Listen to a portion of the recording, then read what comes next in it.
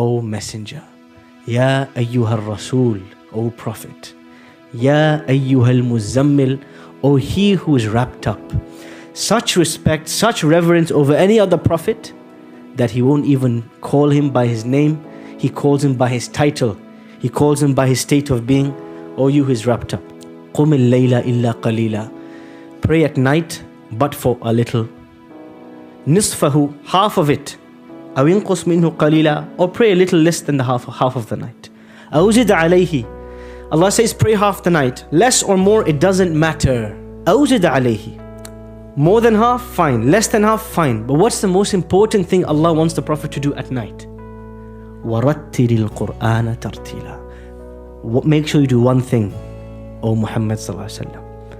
Make sure you recite the Qur'an with a slow melody. Take your time with the Qur'an. Don't be in a rush. The time you spend in prayer doesn't matter. What is more important to me, O Muhammad, is that you take your time with the Qur'an. وَرَتِّلِ الْقُرْآنَ تَرْتِيلًا. Why? Why doesn't the time, the quantity matter, the pages, the number of verses? Then Allah explains, إِنَّا سَنُلْقِي عَلَيْكَ قَوْلًا ثَقِيلًا. What I'm sending down to you is a heavy word. It's not something you can run through. It's something very heavy. Sometimes there are some books you read. You think you could read 50 pages a day, but you read the first page and you read it again and you read it again and it didn't digest. It's deep. So you don't want to go to the next page. The Qur'an is like that. They're heavy words, deep meanings, complex concepts. You can't race through. Allah's telling the Prophet ﷺ, the most important thing, this is a heavy word, so take your time with it. Enjoy it. Taste the sweetness of it. Don't be in a rush. وَرَتِّلِ الْقُرْآنَ تَرْتِيلًا. The Prophet ﷺ's closeness to Allah, we would have to start at one starting point, which is the night prayer. And this is the first principle for all of us. If you want to write it down, write it down. You need private quality time with Allah every day. We all need private quality time with Allah. We need time, even if it's 5 minutes, time for you to talk to Allah. Time for Allah to talk to you. Non-negotiable time. If you don't do this, my day is incomplete. I feel an emptiness in my chest. I feel a sense of anxiety. I can't move on with my day. I haven't had my breakfast, my spiritual breakfast. A day that does not have this private time with Allah, al-khalwatu ma'allah, is an empty day, spiritually empty day. You will feel numb. The days you spend like this will slowly catch up to you until one day you crash and burn. You miss a salah, an obligatory salah. You snap at your parents. You scam someone in a transaction. You think, how did I get here? Me, I'm such a pious person. I'm so righteous. How did I end up breaking a rule? It's because the days collected, it accumulated, the rust on the heart accumulated until the heart became numb. When the heart is numb, you can commit any crime because you will feel nothing. And so this is a non-negotiable. Every day there must be time for you and Allah. There were 2 times in the day that he would have khalwa. He would have a solitude, time to himself, away from all distractions, away from all notifications, all people with Allah. The first is the night prayer. And the second, after Fajr.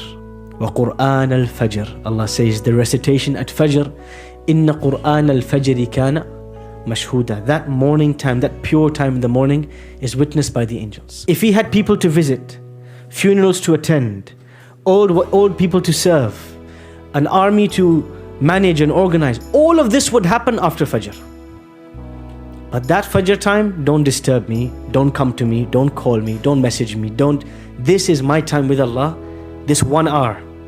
And my whole day is determined by how this hour is spent. This is how the Prophet's mindset was. You might think, okay, I blocked my calendar 30 minutes, let's say after Isha, or 30 minutes before Fajr, or after. I blocked my calendar, this is my time with Allah, now what do? I want to give you 3 incidents from the Prophet's life. A snapshot. Someone took a picture, took a small video while he was in this moment. What was he doing? First one. One day, Bilal radiallahu anhu enters the house of the Prophet before Fajr, before the morning prayer. And he finds him reciting the Qur'an in the night prayer. He finds that he's crying so much, it's like someone poured a bucket of water on his head.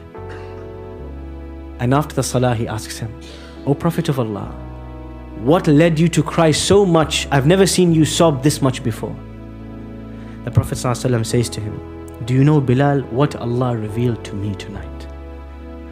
Allah revealed to me verses from Surah Ali Imran. Inna fi khalqis samawati wal ard. In the creation of the heavens and the earth. وَاخْتِلَافِ اللَّيْلِ وَالنَّهَارِ. And in the alternation of night and day. لَآيَاتٍ لِأُولِي الْأَلْبَابِ. There are signs for people who think. These verses, the Prophet ﷺ did not race through them. He spent time with them. He contemplated them until they moved him to tears, until the tears took over his body. This moment is recorded until the end of time. It will be a timeless memory, that it is not about how many pages you recited, but it is about how many tears you shed. It is not about how quickly you finished, but it is about how deeply the impact was felt of those verses. The second incident, and perhaps the most impactful incident in this context here, of the night prayer of the Prophet ﷺ. Aisha radiallahu anha tells us, one night the Prophet ﷺ recited one ayah again and again and again and again the entire night. Imagine now the night Isha comes in at 8, and imagine Fajr is at 5, and imagine for 8 hours he stood reciting one ayah. I challenge you to try it for 20 minutes. You'll get bored. What kind of a person does he need to be to enjoy one ayah for 8 hours? There are people here, they watch a cartoon, they watch a movie. If you say, can we watch again? They say, oh my God, don't bore me, please. Again, I've already seen it. I know what's going to happen. Somebody's watched a match. You say, can you watch the highlights together? Oh my God, I've already seen it. I know what's going to happen. What does it take to taste the verses fresh again and again? And more interestingly, what was the verse that he was reciting? He recited this verse, إِن تُعَذِّبَهُمْ فَإِنَّهُمْ عِبَادُكَ. Oh Allah, if you punish them, they are your slaves, you can do so. وَإِن تَغْفِرْ لَهُمْ فَإِنَّكَ أَنْتَ الْعَزِيزُ الْحَكِيمُ. But oh Allah, if you forgive them, then you are the mighty and you are the authority. This ayah, he recited it again and again and again, all night. Why? Because of the impact it had. Clearly for him, the night prayer was not about quantity, but it was about the quality. Clearly it was about the contemplation. It was not about the race to finish. And he tasted these verses. And he would make dua between verses. When he would stop at a verse that described paradise, he would pause. He would say, oh Allah, make us of the people of paradise.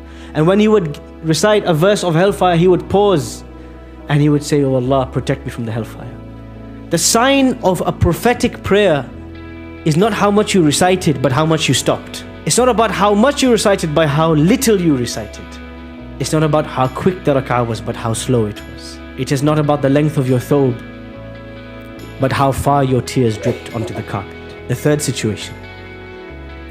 The Prophet ﷺ is praying at night, حَتَّى تَرِمَّ قَدَمَاهُ, until his feet became swollen. And Aisha radiallahu anha asks him, why would you do this? Why do you pray for so long until your feet are swollen when your previous and future sins are forgiven? You have no need to do this, basically. And he says, أَفَلَا أَكُونَ عَبْدًا شَكُورًا. How can I not be grateful to Allah? Every car has an engine.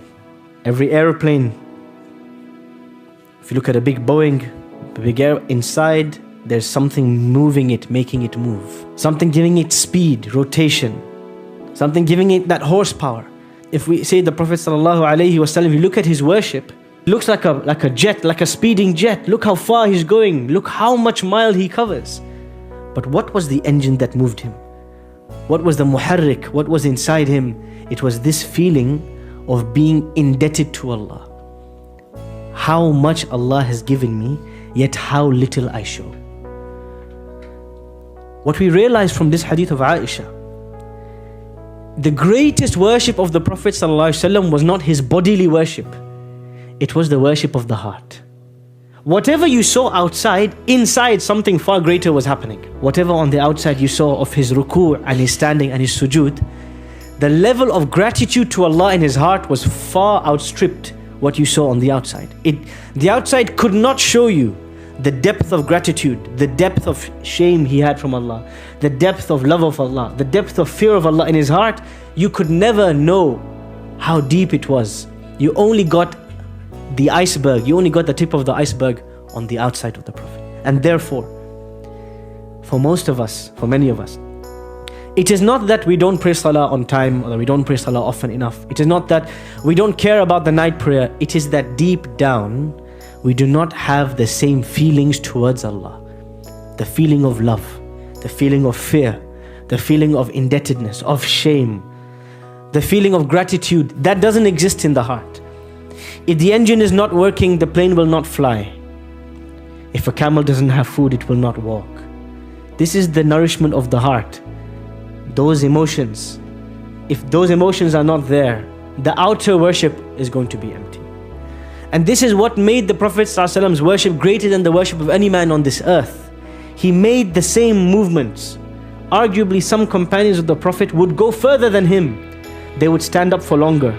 They would fast more days. They would give more in charity, more quantity. But they could never match the depth of feeling in his heart.